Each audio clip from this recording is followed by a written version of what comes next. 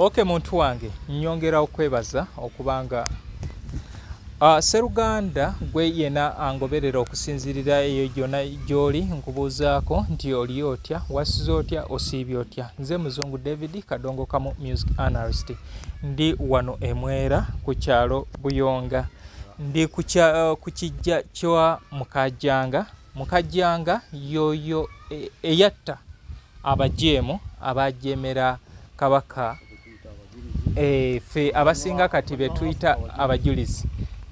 So kino kye kijja kyendiko bijja bibino wano biyitirivu era ndowooza eno ye family gyensoose okulaba ekyamazima bali organized mu kuziika n'okubeera nga oba oliawo babiddaabiriza. Kati wano wa kamera agenda kuntunuzaako wano weenyimiridde mbalageko wano ono ye taata wa Mukajjanga. Jjukira nkugambye nti Mukajjanga yazaalibwa 1820 yafa 1900 yafiira ku myaka 8 kati ono ye taata wa Mukajjanga. Simanye emyaka ye gyali emeka naye muzee jjajja ye yafa simanyi kubanga nze ndi muzzukulu wa kusatu. Ono muzzukulu wa kusatu era nga we Mukajjanga kakati kiba kitegeeza ono ndi muzzukulu wa kuna. Kati banaye ndowooza ekintu mukitegeera ono gwe tulaba ye Eliasaf Mukajjanga Nsubuga ekitegeeza mwali bammamba. Fera tuli bammamba. Anti eri Mukajjanga terina kyerireeta. So ono yazaala Mukajjanga n'azaala jjajjange n'azaala jjajjange kakati nze wano ndi muzzukulu wa kuna. So ono ye instructor wano ku kijja kino kati ono ye yazaala Mukajjanga. Wafuna omukisa okutegeerako nti oba Mukajjanga yakulira ono yali akyaliwo we yafunira obuvunaanyizibwa obwo? Nkugambye ndi muzzukulu wa kuna. Okay. Anyway, kale tugenda kubeera nga okujjako ebintu nange byembadde story gye mbabuulira najijja nange ku jjajjange. Tubadde tugenda tubifuna okuva ku jjajjange omuntu n'obifuna okuva ku jjajjaawo bw'otyo. Okay. Kati ndowooza kekadde mwe family mukoze muyinawe enteekateeka ey'okubeera nga mulekawo ekintu mu family ekigenda okubeera nga kisomesa abaana ku nsibuko kubanga gye bujja kati mwe wuuno ffe tumanyi nti akula yafa. Era olwedde ndi mu 7. Oli mu 7. Ndi mu myaka 7. Kati bano bannaffe bano ba Jaden abaliwo ab'omulembe guno okubeera nga nabo bakola ki batwala omugigi guno nga bwe tutuuse wali n'otandika otusomesa n'otandika otubuulira ku Mukajjanga era ndowooza mulwane nnyo n'ebintu bino bibeere ku webali tubatendese era batubuulira kuba tulina olukiiko lwaffe nga bw'owulidde tulina omuwandiisi tulina omuwanika tulina nowa development byonna webali tubategese naye era mwongere kiri example nekirala ennyumba eyo gye mulaba si ffe tugizimbye bagamba yasooka kuba yassubi kakati bwe yajja ey'essubi abajjajja abaddawo ne bagimenya ne bayongerako kakati naffe tugisanze awo kati ate naffe twagala ogirongoosa naye ng'ate esigalamu kalico ebirimu nga bisigalamu naye ng'era musigala nga mulaga ekyo ekikola ki kati oba oliawo n'emirembe egigenda nga gikyuka bo bongereko okusinzirira ku ki ekyo kinaabeera kirungi.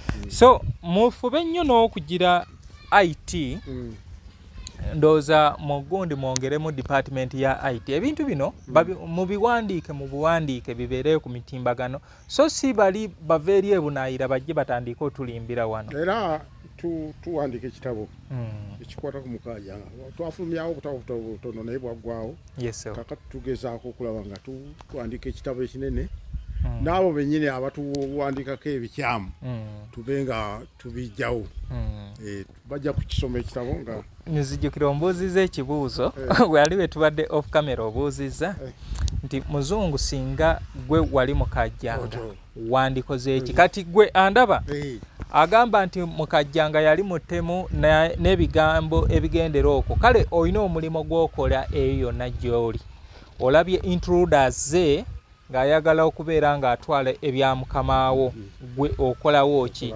ono Ssekabaka ye yali omukulembeze ow'oku ntikko mu ggwanga lye Buganda kati nga olaba tulina mwami Museveni nti ye president w'eggwanga Uganda kati gwe taano we mubamu Kayihura gwe taano we kati mu kubeera taano we waliwo abazze nga balaga nti balina ebintu bye baagala okuyingiza mu gavumenti ye ebitabaddeewo ate nga temukkiriziganya nawe okola otya kati yoyo mukajjanga lwaki yatuuka okubeera nga akola wano ndaba waliwo ekijja kya ono ye George Kitaka Semusambwa New Subs Fashions tukutuusaako ebiteeteeyi kw'ossa abaya engatto ensawo z'abakyala jackets jeans n'ebirala tusangibwa ku Wilson Street ku kizimbe ekya Sunset Arcade ground floor shop number 2 okututuukako va ku Pioneer Mall otambule ngadda ku Arua Park yisa ekizimbe ekya Wilson 1 oyite ku Health Link Pharmacy kati awo weekoma yambuka amadaala gakuyingize ku Sunset Arcade awo ng'otutuuseeko engoye zaffe tuzijja China, Egypt, Vietnam n'amawanga amalala omukyala omwambazi omulungi ayambala naffe Yino Chikaya College School essomero eryagulidde erinnya mu kusomesa abaana ate ne bayita ssomero lya ddene boarding mix y'abawala n'abalenzi senior 1 paka senior 6 balina library science ko ne computer labs byonna bijjudde balina arts ne science subjects co-curricular activities ko ne section y'ebyemikono omuli okusiba enviiri okukanika n'ebirala ebigwa mu kkowe eryo omwana n'ava ku ssomero lino ng'ali self contained kyewuunyisa ensimbi zaabwe ze zijja mu nsawo ya buli muzadde basange Chikaya Bulenga Mitiana Road okumanya bisingawo noti 757 mukaganya emwemu 57 B is a hotel and bar tusangibwa Nsago ku lw'Ennakawuka ku lw'empeereza ennungi tukola essaawa 24 tulina ebifo ebisulwamu nga biyonjo ebiddaabirizibwa buli kadde ebyemizannyo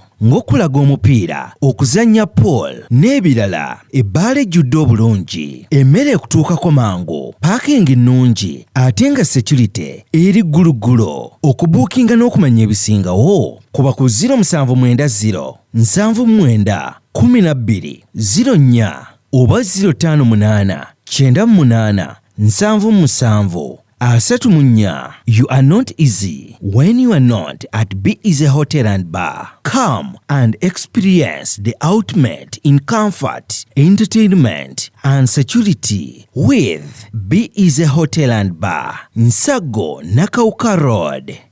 Plan B Records ye studio yokka ekuwa ekiri ku mulembe oyagala ku recordinga luyimba ku Plan B Records tu recordinga nyimbe z'ekika kyonna nga raga, reggae, kadongo kamu, afrobeat, band music n'ebika bya music byonna eby'enjawulo era tukozesa ba producer abalina obukugu kati gwalina essomero kwaya naawe omuyimbise kinoomu jangu tukolere oluyimba oluli ku mutindo ku miwendo egy'okuteesa Plan B Records. Oyo muzukulu yazaalibwa omugenzi Yosiya Wakayembe mu 1928 yafa 1990. Then wano ndaba tulina Jonathan Kizito yazaalibwa 1964 yafa 1992. Kati era wano ndaba George William Wamala Kavulu yazaalibwa 1922 yafa 1993. Kyegombe Yosiya yazaalibwa 1955 yafa 1993. Abo be bamu. Then eno waggulu nayo ndaba waliwo abaliwo neono bamuwandiikako naye bino ebyangu Robert Sajjabi Kitonsa ono yazaalibwa 1965 yafa 1994. Henry Kitaka yazaalibwa 1966 yafa 1995. then waliwo abalala bali eri owa kamera agenda tulaga njagadde mbalage how organized these people are. Obugunjufu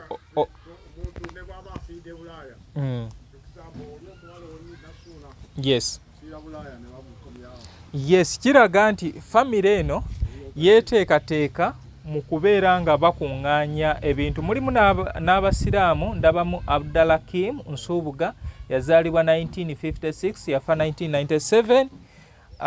Then wano Christopher Gombya nkutegeezezzaako nti taata wa mukajjanga ye Gombya, so ono naye ndowooza abeera muzzukulu 1924 yafa wano jjo ly'abalamu nga Queen ajja mu 2007. Kati era wano abalala baabano wano munansonyiwa bagamba nti tebalinnya ku bijja naye tetulina ngeri gye tugenda kuyitamu. Wano waliwo abali wano, ono ye Beni Beni waali awo. Kati wano ndabayo Mayanja Elifazi yazaalibwa 1917 yafa 1986. Kati ono yali asingako taata wange emyaka ebiri kubanga taata wange yazaalibwa 1919 yafa 2014. Kati wano Mayanja Sekadde Kayoga yazaalibwa 1953 yafa 1991. Kati wali we batulingizaako wano ndaba Ssaalongo Batoloma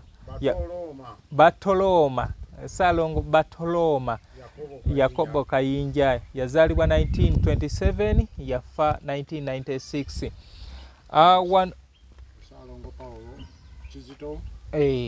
Ssaalongo Kizito Paulo yazaalibwa 1956 yafa 2022.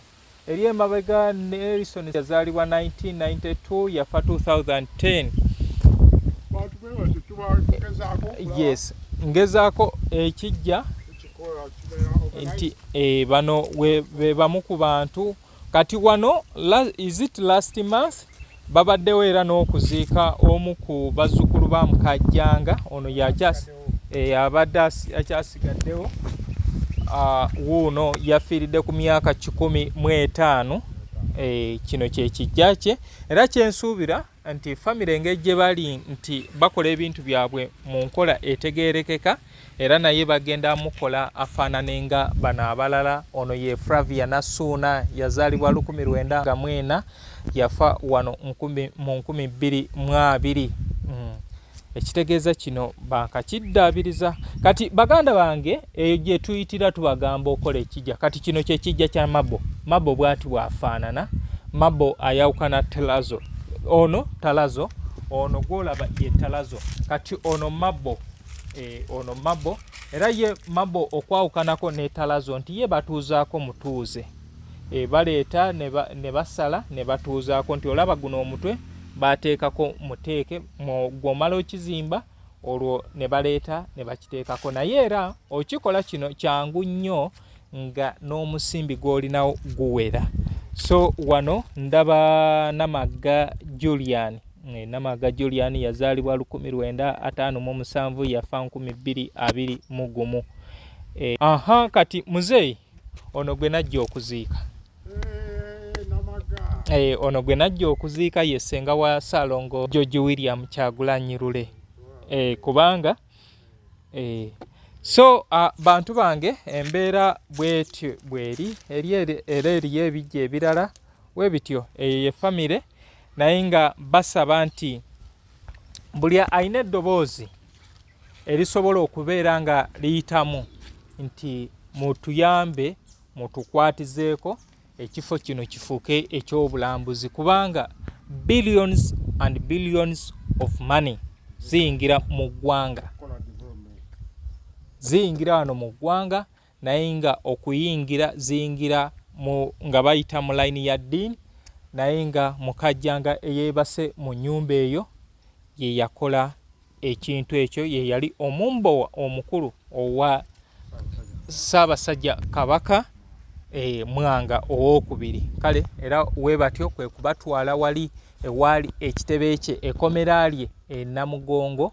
Yali nakiyanja by then, naye batutegeezezza nti kino ekyokubeera nti babakululanga abamu nga ndowooza n'okutambula bakomye ne babatuusaayo nga babawalula batambuza migongo kwe kutuuka ne bakiyita Namugongo. Kale bantu bange mbagamba nti mwongere okungoberera ku mitimbagano gyange egy'enjawulo, naye nga njagala nnyo okwebaza abantu abeerekereza ne bangoberera ate n'abo abagamba nti Muzungu David, let's sponsor your projects. New Subs Fashions basangibwa ku Sunset Arcade, tambula ng'ova ku Pioneer Mall odda ku Alua Park. Oyisa Wilson 1, then odako Health Link Pharmacy wekoma yambuka amadaala awo ogenda kusanga New Subs Fashion. Lunaku lw'Olwokutaano lwa Idi bannaye nsaba nti tutambule n'abantu bano, then tulina Amar's Closet. Amar's Closet for tops and more. Abo bali ku Ham Shopping Grounds Broco D. Kati Broco Hams wetandikira nge eyawukana ku Jesco Beauty Center yeyo Broco D yambuka amadaala ago. Era Amar's Closet for tops and more ojja kuba ogiraba ku mugukiriro gw'oku mukono gwetunula bwoti gy'ogukizaako amaaso. Then tulina Chikikaya College and Vocation School. Mwami Mubiru Charles munango oli otya mwami Kaloli. Wano ndi ku kijja kya beekikakyo. Ndi ku kijja kya beekikakyo munnange. Weebale nnyo omwami oyo ankozeemu omulimu munene ng'ayita mu Chikaya College and Vocation School. Era kyandibadde kirungi gwangoberera okubeera nga ontwalirayo at least omwana abeere nga asoma. Tuwagire abeewaffe Nansubuga Diana munnango oli otya. Ab'Emmamba mwena gye muli ndi ku kijja ky'abeekika kyammwe. Sematimba Regan muto wange ogamba otya munnange. Muzeeyi yakulekera buvunaanyizibwa wakubeera ng'okuuma Diana.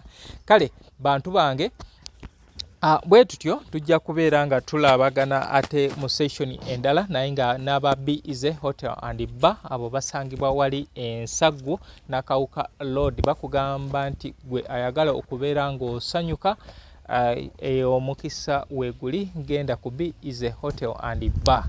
Kale nze Muzungu David Kadongo Kamo, music analyst. New Subs Fashions tukutuusaako ebiteeteeyi kosaabaaya, engatto, ensawo z'abakyala, jackets, jeans n'ebirala. Tusangibwa ku Wilson Street ku kizimbe ekya Sunset Arcade ground floor shop number 2. Okututuukako va ku Pioneer Mall otambule nga dda ku Alua Park, yisa ekizimbe ekya Wilson 1 oyite ku Health Link Pharmacy. Kati awo weekoma yambuka amadaala gakuyingize ku Sunset Arcade. Awo ng'otutuuseeko engoye zaffe tuzijja China, Egypt, Vietnam n'amawanga amalala. Omukyala omwambazi omulungi ayambala naffe. Yino Chikaya College School, essomero eryegulidde erinnya mu kusomesa abaana ate ne bayita. Ssomero lya Dene Boarding, mix y'abawala n'abalenzi, senior 1 paka senior 6. Balina library, science, kone computer labs, byonna bijjudde. Balina arts ne science subjects, co-curricular activities, kone section y'ebyemikono, omuli okusiba enviiri, okukanika n'ebirala ebigwa mu kkowe eryo. Omwana n'ava ku ssomero lino ng'ali self-contained. Kyewuunyisa, ensimbi zaabwe ze zijja mu nsawo ya buli muzadde. Basange Chikaya Bulenga Mityana Road. Okumanya ebisingawo noti 757 mukaganya M 57. B-Easy Hotel and Bar tusangibwa Nsaggo ku lw'Ennakawuka. Ku lw'empeereza ennungi tukola essaawa 24. Tulina ebifo ebisulwamu nga biyonjo, ebiddaabirizibwa buli kadde, ebyemizannyo ng'okulaga omupiira, okuzannya pool n'ebirala. Ebbaala ejjudde obulungi, emmere ekutuukako mangu, paakingi nnungi ate nga security eri gguluggulo. Okubuukinga n'okumanya ebisingawo kuba ku 0790 79 12 04 oba 058 98 77 34. You are not easy when you are not at B-Easy Hotel and Bar. Come and experience the ultimate in comfort, entertainment and security with B-Easy Hotel and Bar, Nsaggo Nakawuka Road. Plan B Records ye studio yokka ekuwa ekiri ku mulembe. Oyagala ku recordinga luyimba ku Plan B Records tu recordinga nyimba ez'ekika kyonna nga raga, reggae, kadongo kamu, afrobeat, band music n'ebika bya music byonna ebyenjawulo. Era tukozesa ba producer abalina obukugu. Kati gwalina essomero kwaya naawe omuyimbise kinoomu jangu tukolere oluyimba oluli ku mutindo ku miwendo egy'okuteesa. Plan B Records